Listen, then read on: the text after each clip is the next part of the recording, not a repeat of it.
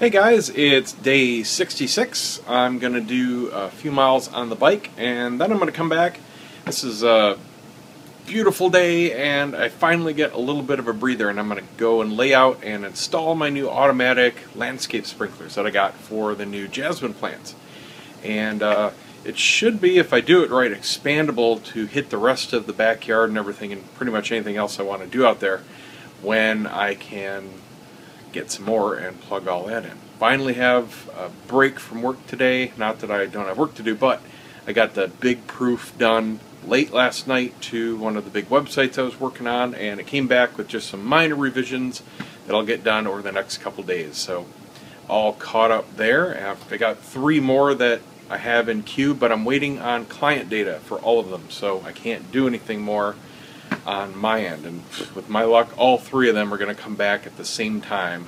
That happened to me countless times before. So anyway, I'm going to get going here. I'll take you guys along. Not sure where I'm going to go. I might just zigzag through the neighborhoods and see what kind of miles that racks up. Let's go. Oh yeah, I forgot about my new seat. It's been sitting here for like a week and I have yet to put it on. So I'm going to do that first because I'm excited to try it. Replacing a seat on a modern bike is really easy, and my wife's, when I did hers, was a little different. She's got the older style, big old grandma seat, but here it's got side bolts. Got one here and an identical one on the other side, and these tubes that are attached to the seat go through each side of the post. You can see the post is going vertical, and then they go alongside of it, and these just clamp to the post. But on the better bikes, you have a bracket on top of the post. So the seat is not going on the side of it. They mount to this top bracket here. So all you have to do is loosen this one bottom bolt that loosens this top mount right here, and this is just clamping the seat to the top of the bracket. So much easier to do. There's no parts to lose, and there we go. Hard to do with one hand here. Hold on. Take the bolt out. That's going to fall down because I'm not holding it, but and here's where you can easily adjust the seat forward and back to your personal preference. Mine fits fine right in the middle. All you do is swap the seat out.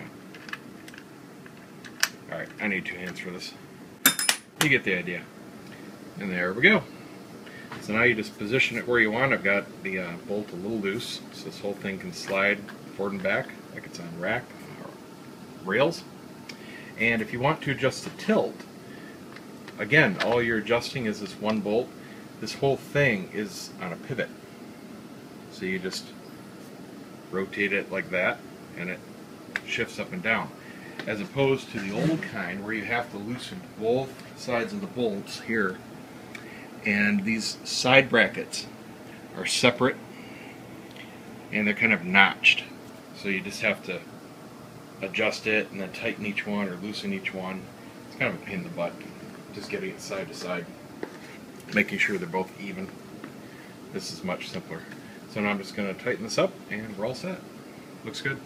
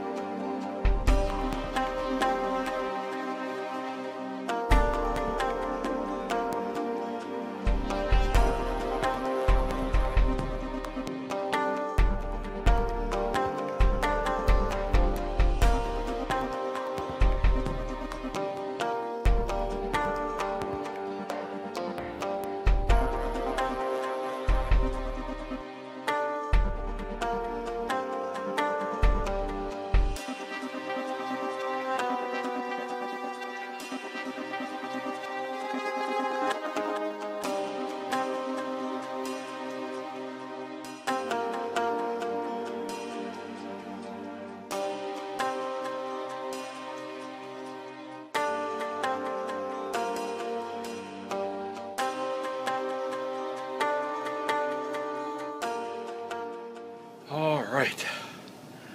Whew, that was a workout. I am sweating like a pig. The wind is really kicking up today. Feels like about 20-mile-an-hour gusts going one way. And you could probably see it in the video there from the trees and the flags going. Some bits were calm and others it was like going into a freaking hurricane. And of course it was during the uphill parts too. There isn't much of a hill slope around here, but you can tell that going one way down the street is uphill and one way is a little downhill. You know, it doesn't look like it, but you feel it. The seat worked out pretty well. I do have to adjust the tilt.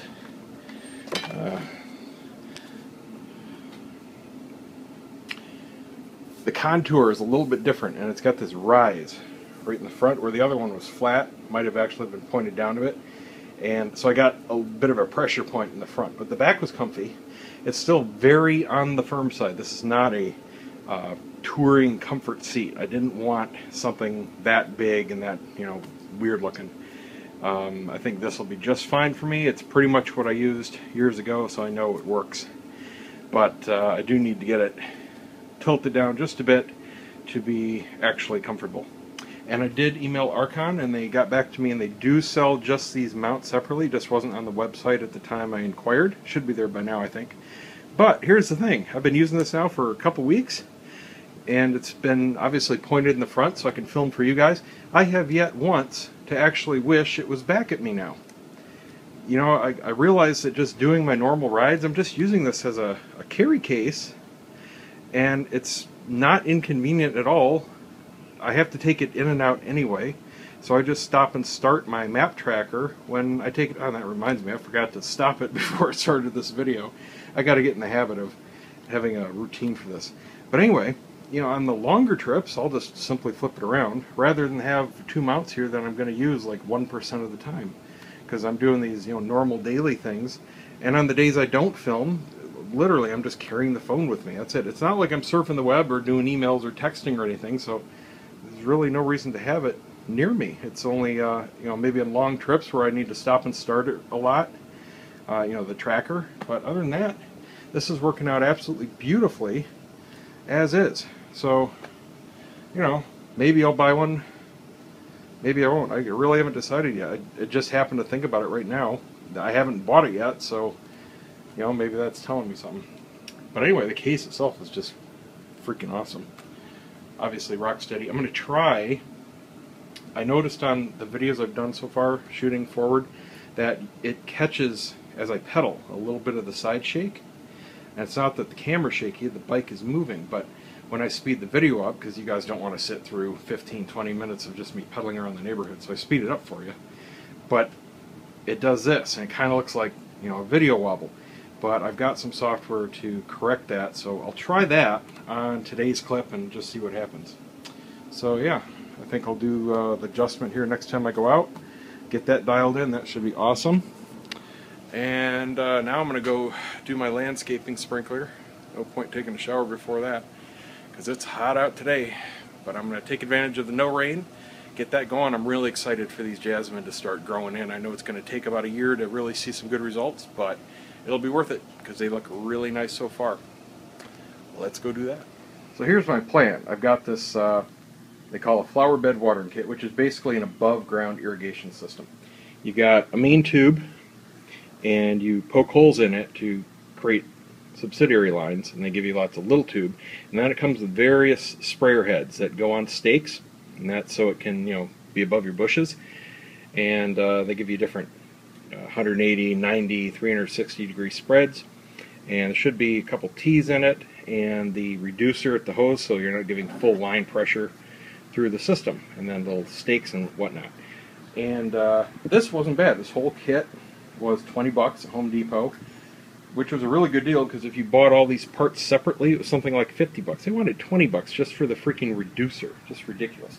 So I got the kit. That's all cool. And here you can see all the parts that it comes with and whatnot. So it should be everything I need.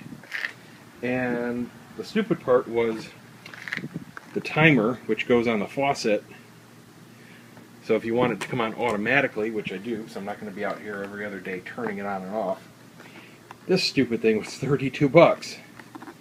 Plus I had to buy 9-volt batteries for it. That was another 7. So Still okay deal, but way overpriced on this stupid thing. This was 33% more than this whole kit. So here's my plan. I used to have rose bushes in here. So I've got a hose, you can see it peeking under the fence there in the center. I got a regular hose coming from a spout on the other side of the fence there. And this black hose was my drip hose for all the rose bushes. So I'm going to just pull that up, and I'm going to connect the timer to the other end of that hose somewhere down around here. So I got my first jasmine bush here, and then this is one of my old jasmines. So I'm just going to run a line from here, start the spraying, go there, and then I'm just going to go along the fence, along all the jasmine, and I'll put some sprayers, you know, in between or in front of, however I need to do that. And then at this last one I planted right here, I'm going to put a T, and I'll clamp it going that direction because I'm going to expand it eventually, fill in the rest of the fence with jasmine. So I'll have the line available here, but then the T, I'm just going to go straight and I'm going to bury it, go under my little walkway. I already had to pull it up here to fix a plumbing problem. I got my sewer line coming right under here. So I'll just bury it under here so I can mow the lawn and everything, and then hit my last jasmine. And eventually I'll have some stuff replanted in this bed too, so that'll give me room to expand and water here.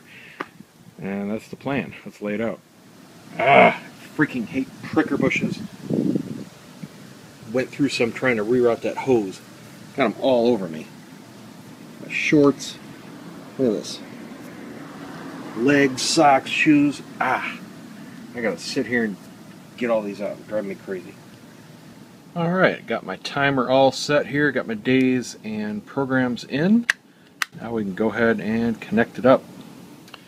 My original plan here was to have the hose just connected to the faucet here. I had a manual timer system on here, so I've taken that off, and this is what went to my rose bushes under the fence. Now I've pushed through about 10 more feet of hose, because what I found was the end of the hose, not the actual rubber gasket part, but the swivel part, was leaking ever so slightly when there was pressure.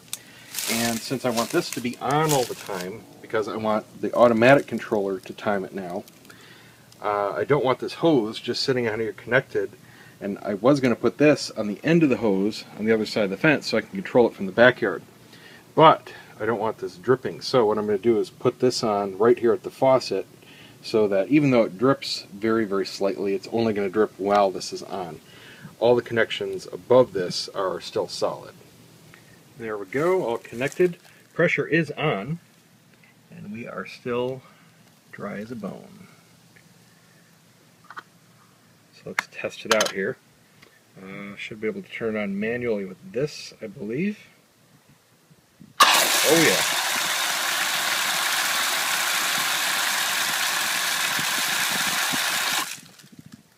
Cool. And here we've got the kit. I should have just enough of the big line to do what I need to do today. And we've got, let's see, installation guide, an instruction manual. Yeah, right. Got our pieces here. These are some stakes with some sprayers. You can see where the little lines are going to connect. Got a bunch of these short lines that go from the main trunk up to our little sprayers. This is a tool for poking a hole, making a junction. There's our T connector.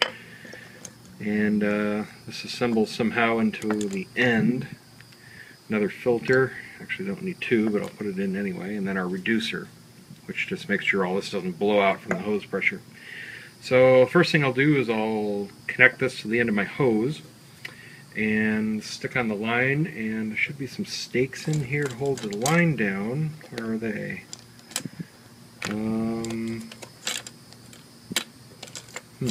Where are the stakes? That's to cap off the end.